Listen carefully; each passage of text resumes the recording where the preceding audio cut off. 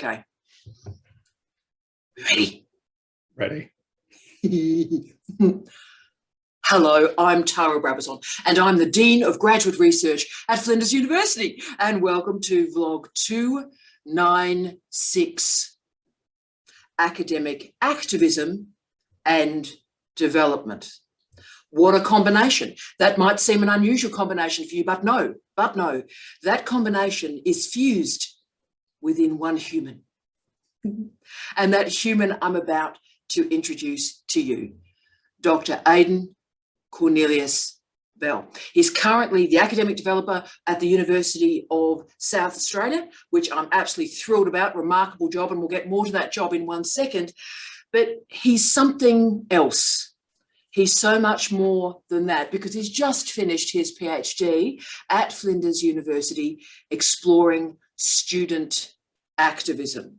And two of the finest reports I have ever seen to a PhD were granted to the legendary Ayden. And it was a courageous thesis. And I've been asked on Twitter, Ayden, what makes a courageous thesis? And you might give some answer and some flesh to those bones during this conversation today. But it's a thesis that takes risks. It's a zero or hero thesis. It's hard yakka, it doesn't pull any punches, and it cares deeply about the frontiers of knowledge. And that's what that thesis did.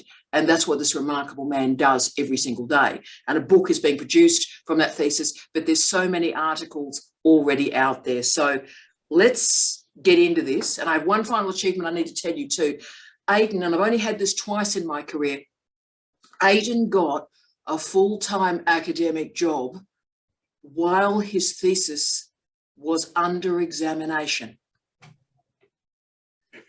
It was pretty good. like I talk a lot about unicorns, but like the masculine unicorn is upon us. So Ayden is a mate of mine, but he's a man of his time and a man for his time. Hi, Ayden. Hello. It's a very kind introduction. It's also true though, isn't it? I can't be that immodest. Well, look, let's start with less of the modesty and more of the knowledge. Let's go there. And look, I'll ask the first question. It might be the last time I ask any human this question. And that question is, Ayden, tell us about your thesis. Sure. Well, hopefully it's not the last time you ask somebody. It's a really interesting question. But it's essentially, it was two sort of halves, I suppose. So, that didn't sort of happen naturally. So the first half, I guess, is quite a deep engagement with theory, and it's Marxist theory, but it's particularly looking at what Gramsci brought to Marxism. So sort of, a slightly more modern form of Marxism that was very focused in the areas of activism. So obviously the whole thesis focuses on student activism, or activism is this sort of thing that happens, a cultural phenomenon, if you want. Yes. And so Gramsci was, I suppose, he kind of stuck out to me as the big name in cultural studies and in Marxist theory that really lived that sort of activist praxis and theorized it in a really deep way that sort of hadn't been done, I guess, to quite that extent in the past. So I think quite an obvious choice, but it didn't sort of come to that quickly. Like, I didn't sort of immediately go, oh yes, Gramsci must be the one. It took a bit of sort of stumbling through various others and reading through, I don't know, great tomes of things to get. And look, Ayden, I can understand why this is a surprising choice, because probably 10 years ago, we all thought, oh, look, Gramsci's been done to death. It's like, how much more of war of position does any one human need? And of course, cultural studies exhausted itself. So the Gramscian theory lost its post-disciplinary home. Then I think the Perry Anderson book appeared in 2017, and there appeared some new things to say. So you then took that graft from Anderson and you did something remarkable with it. Well, I think, yeah, and that sort of revitalization was very timely as well. I think, because I think, you know, when I've spoken to people, particularly about activism, lots of people sort of jump in their minds back to that 1960s, 1970s moment where there was a lot of, I guess, sort of social turmoil and lots of change and transformation. And that, you know, and you're right, you're absolutely right. Like cultural studies sort of went, yep, okay, we're done with that now and we're moving on. And then Anderson sort of came in with this reassertion of this space and went, actually, there is still something to be said about this, and there is still something valuable here. So I think that was, having you point me at that, basically was the thing that went, yes, this is the right theorist, this is the right fit, and there is definitely something more to explore here. Yeah, and the right time to do this work. Now, that was the first half, so that was this hard yakka theoretical first half, and then you turned it on a dime. So what happened in the second half? So the second half is I guess, an empirical exploration through ethnographic methods. So effectively, I drew on my own experiences, but also 25 or so interviews. Some of those were repeats. So like I did them twice with people to sort of explore a particular moment. So I looked at Flinders and the experience of student activists at Flinders now, but also interviewed the historical, because it's like the theory, I suppose, did that, you know, it's mirroring the theory. So the theory was looking at, you know, Gramsci, which is, you know, 1910-ish, and then looked at theoretically as well some of the 1960s, and then theoretically looking at, you know, the Perry-Anderson connection, so the contemporary. Then the empirical collection effectively mirrors that, doesn't quite go back as far as 1910, but it starts with this narrative of looking at how activism emerged in Australian universities, and then empirically looking at early activists at Flinders in the late 1960s, and then through to the right now, the last 5 years or so, with student activists at Flinders sort of now as a sort of a, I don't know how you'd say, maybe like a bit of a juxtaposition of what that contemporary image of an activist is against what that historical image of an activist is. Oh, just profound. And it was a big thesis. I know people often talk about, you know, being petite and being succinct, and yours was incredibly succinct and powerful, but it was big. It was big. I think it ended up 122,000 words or so. Yeah, it was, yeah, at 130 with references. So it was big. Now, that's really important to my second question, Ayden. Now, I have a lot of students that explain to me why they want to do a PhD by, inverted commas, publication, which involves bringing together 3 articles co-written with people, often their supervisors, knitting those together, and that supposedly is a thesis. Yes, thank you for that expression. For that. Yeah, so I have fought that through much of my career, and as with most of the things I fought, I lose desperately, because my argument is 3 articles a year is actually under what is required for an academic in a balanced position. So how can it be a PhD? Now, you firstly produced this huge monster of a thesis, as I did as well. So it's this weird sort of passing of the torch as well. But I got 13 refereed articles out of that PhD. It was big, but it was the propulsion for my career. Now, you did something really interesting, Ayden, that I've never seen anyone do before. You let this 122,000 word thesis go in without an article taken out of it, but you had, was it 6 articles? Was it even higher as it went in? 6 articles that you'd written on the way through that were like, you know, still off-piste a bit, but still like outtakes from the thesis. And all of these were published before you went in. And now you finished your thesis quickly, and you've got 122,000 words to data mine and a book ready to go, right? Now that's amazing. Tell us, was that intentional? How did that publishing strategy emerge, mate? I think, and I've spoken about this with, you know, with HDR students as they go through. And I think for me, the thing was that actually publishing on the way through was the way that I managed to stay connected to what I was trying to write in the thesis itself. Because I think, you know, and yes, like absolutely. So they were connected sort of tangentially from the body of work that was in the thesis, and some of the data was shared and some of the reflections and things were sort of common across both. But I think essentially, I mean, my rationale was that if I'd written about these things that had gone off on a bit of a tangent in the thesis itself would have been a bit disjointed and a bit weird. So and probably 240,000 yeah. words in there. Yes, it could well have been. So I think, yeah, I think that there wasn't necessarily, I don't think, a strategy per se to doing it, other than that I felt that I had to write. Like often when I'd have conversations with people, I kind of felt like a bit of an energy based on conversations that I'd had or situations that were unfolding for people. And I felt like, I needed to write something, but, it didn't sort of naturally fit with the thesis itself, just sort of, automatically. Yeah. And I think some of that, actually quite a bit of that advice early on when I was sort of thinking about how could I sort of cram this in? Where could this go? And I sent things to you, and it was, there was a bit of a conversation about, well, actually, I think you've just written an article. And that's when I started to think, actually, these tangents, these spin-off pieces, these are things that I can turn into articles that are going to be interesting in and of themselves and speak back to the body of work that I'm producing in the thesis. So.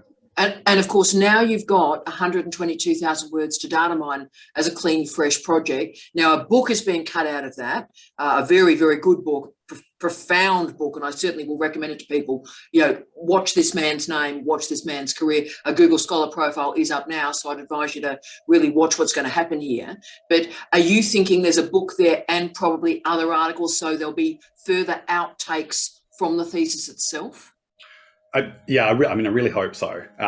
So I think, yes, like a book would be great. I think that there might be some reworking to do to sort of turn it into a clean book that's sort of something that you'd want to pick up and read, because I think it works as a thesis, but there is something, there's a bit of an art to tailoring that to make it a really compelling book.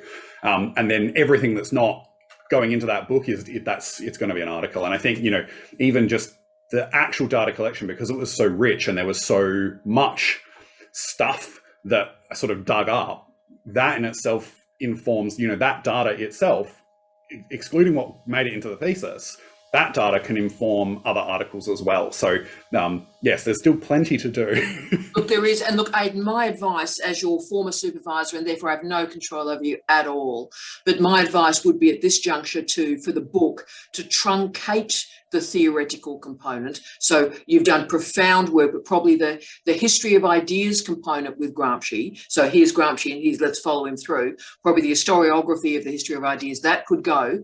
What's Gramsci? Why does it matter? Why does it matter now? Bang, thanks for playing. And then the rich ethnography, I think. I think that's the book. And I think then there is the next one about, bringing sexy back, bringing Gramsci back as a short book on, why Gramsci now? And then that huge, remarkable history of ideas work could appear, I think. So I think that would be my cut, because I think it's probably 2 books in the book. And of course, then we're with our arch nemesis, what I believe Twitter is referring to as the Tennessee Trio or the Tennessee Three, with Alyssa Armstrong. We're actually writing a book on the Dark Doctorate as well. So in 2022, you might have 3 books at the conclusion of it, Ayden. Remarkable. Very exciting. Very, very exciting. And look, that's why I want to unfold in now the very interesting bit of this conversation that you've always had as part of your career, and it's ended up getting you the big job in a difficult time for international higher education. Understatement. Did my eyes start to twitch a little bit? I think they have. Now, you've had this career in academic development. I am desperately interested in that phrase. I think I know what's in it. But can you tell me what you mean by it and what a job in academic development looks like, brother? Yeah, it's a really interesting question, and I think it's probably the start of its own research project. Hello. But I think, for me, it's sort of all of the unseen work that happens behind, the scholarship and the teaching in higher ed. It is that support framework that enables scholars to do their thing and do it well, and then to build up skills where people that come into, say, teaching or research without necessarily the headset for that or the training for that in a really lived way. And it's about sort of supporting them to find new ways to do things that are, finding efficiencies, if you will, but also to be more meaningful and more connected to teaching and learning, I suppose, in a sense. And so it's a really interesting space because it's also entangled with all of those sort of the pieces of machinery of higher education that are a little bit scary as well. So things like compliance and looking at, assessment and looking at, how curriculum is structured and whether things meet qualification frameworks and standards and AQF, TEXA, attrition rates. Indeed. All of the scary stuff and all of the stuff that tends to get reported on, which is really interesting as well. Oh, that's interesting. Yeah, so it's like you're supporting somebody who's got, a line of reporting that goes up through a hierarchy, but you're supporting somebody to affect what that actually looks like on the ground. And there's real tensions in that because it's like people have, and anybody who's teaching in higher education knows that, there are real pressures at that coalface level, but there are things that you do that come naturally, things that are a little bit forced and squished in, and then other things that are a bit, experimental or exciting. And those things tend to get squashed out first. And it's, I think, I sort of take the role as this space of looking at keeping those things that are getting squashed out from being squashed out by that sort of downward pressure. So actually at the front line of teaching and learning, whatever that looks like, be it online, face-to-face, wherever it is. It's actually about keeping that excitement, keeping that energy and finding something really cool and interesting that still works back up against that, that lofty pressure. So, and providing people with the spaces to fail, because what's happened with stuff like Rate My Professor and the student evaluation scores, and we all know the complicated sociology of those scores and what's going wrong with them, I think. But the trouble is you get promoted on those scores. So that, for me, and I'm going to use your verb there, squeezes out innovation because the system rewards you for working well within the system. And I think that's a concern. But that leads to my next question, and I've never asked you this. I'm obsessed by this, and I've got about 5 different pieces going on at the moment. And of course, it is using the squeezing metaphor. It's sort of coming out of me like toothpaste when you squeeze in the middle, right? And it's about the pandemic. It's about the pandemic, right? And I was conscious as someone who is married to a first-year educator and an absolutely outstanding physics educator, and all my mates teach first years. All my mates are academics, and I saw at incredibly close quarters what these humans went through to get material online, right? Get it online. And that stupid phrase has been used in my career for the last 25 years. All you got to do is just get it online. Well, these poor people had to get it online in a week and a half, in 10 days. And I think the generational consequences on this cohort of academics, we can't begin to calculate. They have suffered. They have been traumatized. They've tried to care for the students the best they can, but the students don't know what they don't know, and they don't know the scope and scale of what's happened. So I wonder, Ayden, this is my question, and I've never asked you this before. Do you think academic development is going to change post-pandemic? Because the neglect of professional development, we lived through the cost of that neglect last year, and it hurt people badly and hurt families badly. Can we do this better next time with attention to academic development? Yeah, that's a powerful question as well. Look, another research project, Harry, they're coming up everywhere. You're coming everywhere. You're going to have 20 books by Christmas. Look, I think the support of academics moving into that space, lots of things can be said about that. And there were varying sort of responses. And I've read a lot of stuff, people who have reflected on moving their own teaching practice online, but also the support that they received for doing that. And, there's varying experiences all over the place.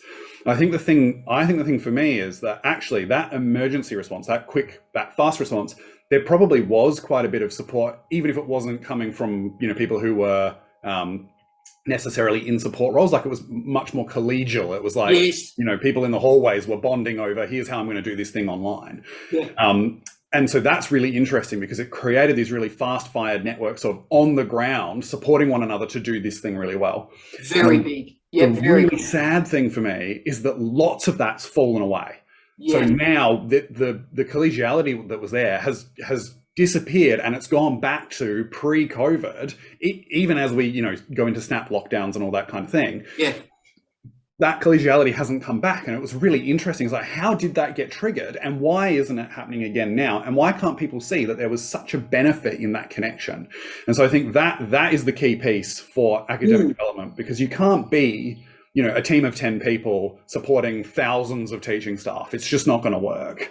No. But you can be a person who facilitates connections between people and supports them to find what works well for them and looks good and does all of the things. Yes. If you bring communities together, if you create that connection between people. And that was the powerful part about that first bit of COVID. And now that's disappearing. And that's a really interesting question to me, is why? Why has that happened? Why aren't people still connected in quite the same way? I mean, Ayden, I have a theoretical answer, and I think it involves Virilio. As you know, I captured a little bit of that with the piece with Jamie and with our Narelle on panic learning. So I actually looked at the notion of panic and used Virilio's accelerated modernity. Now, he would argue that, it sweeps in quickly and it sweeps out quickly. So maybe if we can figure a theorization of speed and acceleration, we can maybe understand why it went so fast and then it died so quickly, and then try and work out how we capture something from that time and embed it into professional development strategies. But I think I've got a theoretical answer. You could probably handle that empirically better than I can. So rock and roll, okay, it's probably another book. Gee, we're just cranking this out, mate. So look, I do want to move to an area which matters to you and me. It's our blood. It was probably our early bond through tough times, Ayden, before I was your supervisor. And I want to talk about activism. Now, your thesis was the most radical research I've read in probably 18 years, I think. I mean, it was radical. It was hard-edged. It was confronting. It was tough. Now, for you, what are the strengths in completing this sort of politically radical work? And do you think there are weaknesses or challenges? I think that I kind of felt like I had to do that piece of work. Like there's no way that I could have not done what I did, because there was so much sort of emotion and feeling and experience wrapped around that I felt like I had sort of custodianship of a story, and that I could bring other people's stories together to create something compelling. And it ended up being political, because I think that, like anything that tells a story of people being a little bit rebellious and pushing back and challenging, established conceptions is always going to be a little bit radical. But I think it was also quite, it was a little bit, I don't know, edgy is maybe not quite the right word, but it sort of pushed at a boundary a little bit, in a way that, I think I hope was written in a way that people would read it and go, I might not agree with this straight away. Like you might say, like someone who's not quite tipped over that radical edge just yet, but somebody who's sort of going, I can see that there's something wrong with, say, higher education. And by reading this thesis, there was, I'm hoping, enough ways in that they could sort of see themselves living that life and being activated against what was going on. Yes. And so I guess, my hope is that it wasn't just so out there radical that it pushed people away, but that actually it took you on a journey. And I think that for me is the power in writing scholarship like this. It's writing a journey, a narrative, I suppose, that carries the reader on the journey with you, because there's plenty of people who will sort of go, I'll just put my head down and I'll get back to work and I'll keep working on this thing. And I'll ignore all of those conditions around me because, I know that I'm good at this thing and I can keep doing this and that's going to keep me safe. Yeah. But it's like when you create a compelling story that sort of pulls that person along with you, that's when you create conditions for social change. And so I think that was sort of, for me, that's why I would write in this way. And then your next question around what are there risks, or are there, what's the challenge there? Indeed. I suppose that, and I think this, I don't know if it's from my particular position in society, being a white man and all of that kind of thing, whether that's... Some of my best friends are white men. Just putting that out there. Yeah. Well, I think, like from a position of privilege, right? So... Yeah. I've got this ability to write things that do push a little bit, that challenge the status quo in a way that probably doesn't put me at as much disadvantage as really anybody else writing in those ways. Yes. But it's really interesting to me because everybody I've spoken to has said to me, when I've talked about this thesis, be that interview participants, be that potential readers, be that the Vice Chancellor, the question is always, aren't you worried that that's going to come, like the way that you're portraying this, aren't you worried that that's going to come back to you, or it's going to prevent you from getting employment, or it's going to, limit your career, or that somebody's going to, talk some smack about you and you're going to be in trouble, Yeah. And I don't know, I'm happy to keep pushing because I haven't yet experienced any of those negative ramifications from the work that I've done. I haven't seen any career limiting happening. And in fact, I kind of get these nods of agreement when I sort of get into, again, once you get into that story and you start to talk to people in a way that's not, not yelling in their face about being a capitalist pig, but Yes. is taking them on a bit of a journey towards, actually, I probably was a bit of a capitalist pig. Yes. Yes. Oh, that's funny as hell. And look, Ayden, again, we've never really had this conversation. I remember my beloved late husband, Steve Redhead, and one of the tragedies of my life is he never got a chance to meet you and read this thesis. But I remember Steve and I were in England. We're in the northwest of England, in Bolton, and it looked like we were on the move once more. We may be returning to Australia, and we had a good mate of ours that was a Vice Chancellor. In the north of England, and he'd removed the Marxism from his CV to get that job. And I remember Steve going, "Oh, look, so what should we do? Should we remove the radical work from our CV to get work?" And I remember we're in this sort of spot in Manchester, in this flat in Manchester, and what do we do? Do we de-Marxify our CV to get work? And I remember I looked at him and he sort of started to laugh, and I sort of said, "Bugger it." And the weird thing is that you get a great freedom from that, Ayden. I mean, again, is work more volatile? Probably. Do a stack of people would like you removed from the organisation? Probably.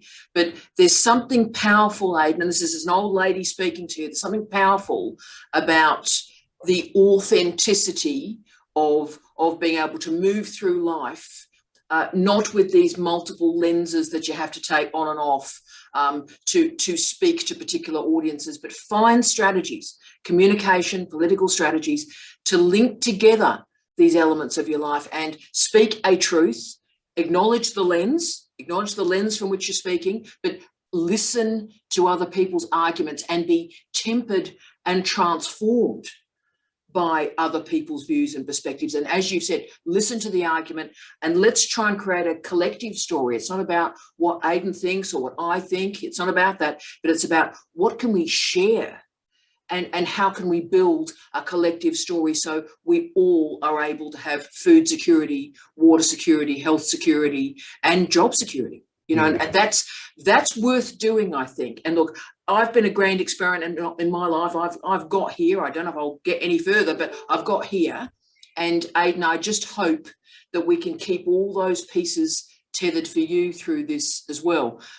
And that does lead to my next question, therefore. So we've got these two lenses in your life now.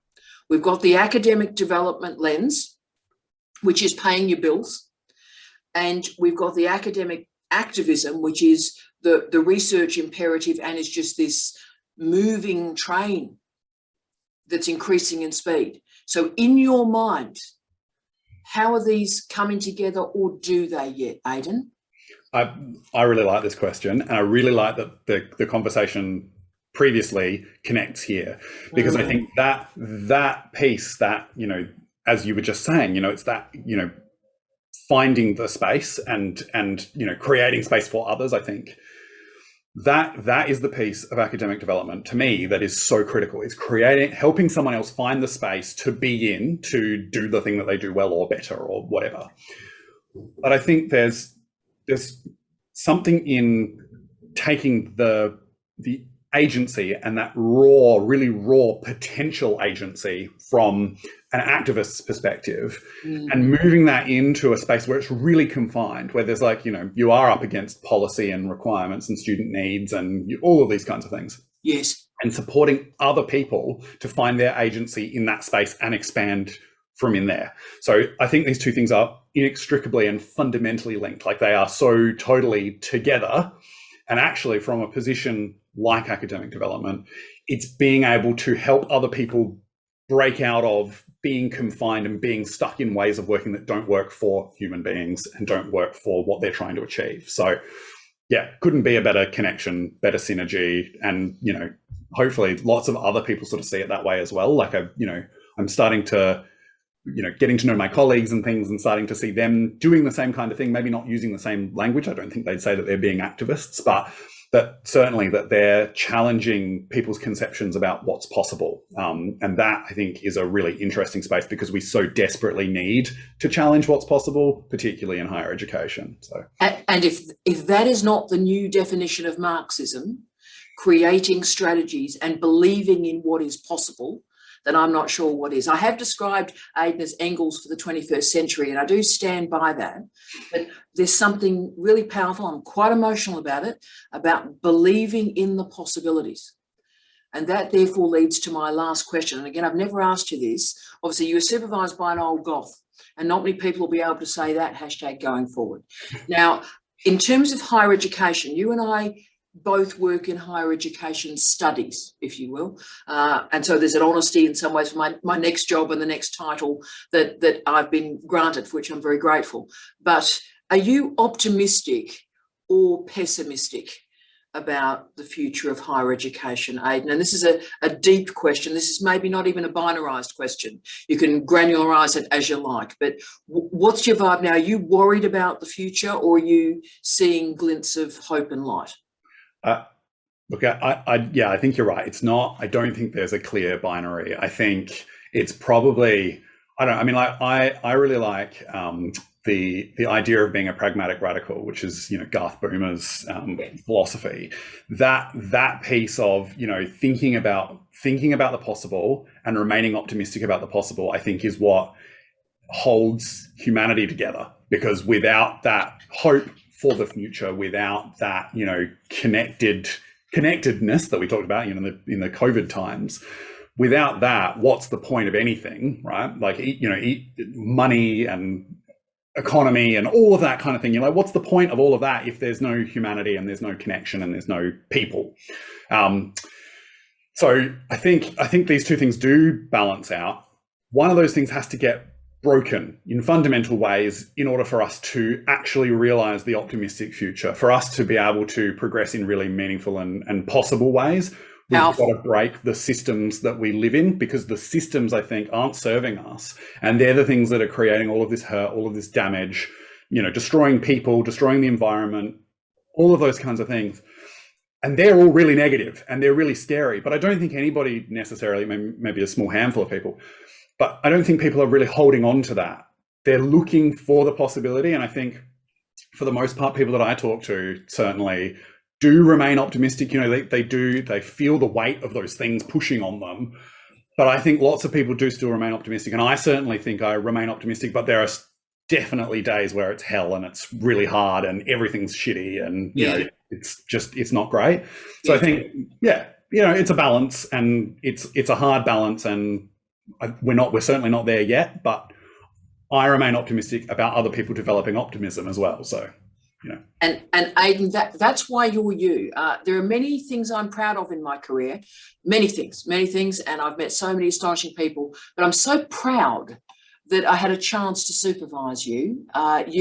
You in many ways are carrying the torch forward politically and socially. And the idea that such a great human who's committed to community and committed to communication and understands the relationship between them both, that human is still working in our universities. And he's completed a remarkable thesis, he's publishing well, and he has found his place. So, Ayden, I thank you for your friendship, for the passion, for the brilliance. I thank you for the conversations, and all power to you, brother. All power to you. Thank you. And on behalf of us both, love you, mate. On behalf of us both, we wish you love, light, and peace. Ayden and Tara, out.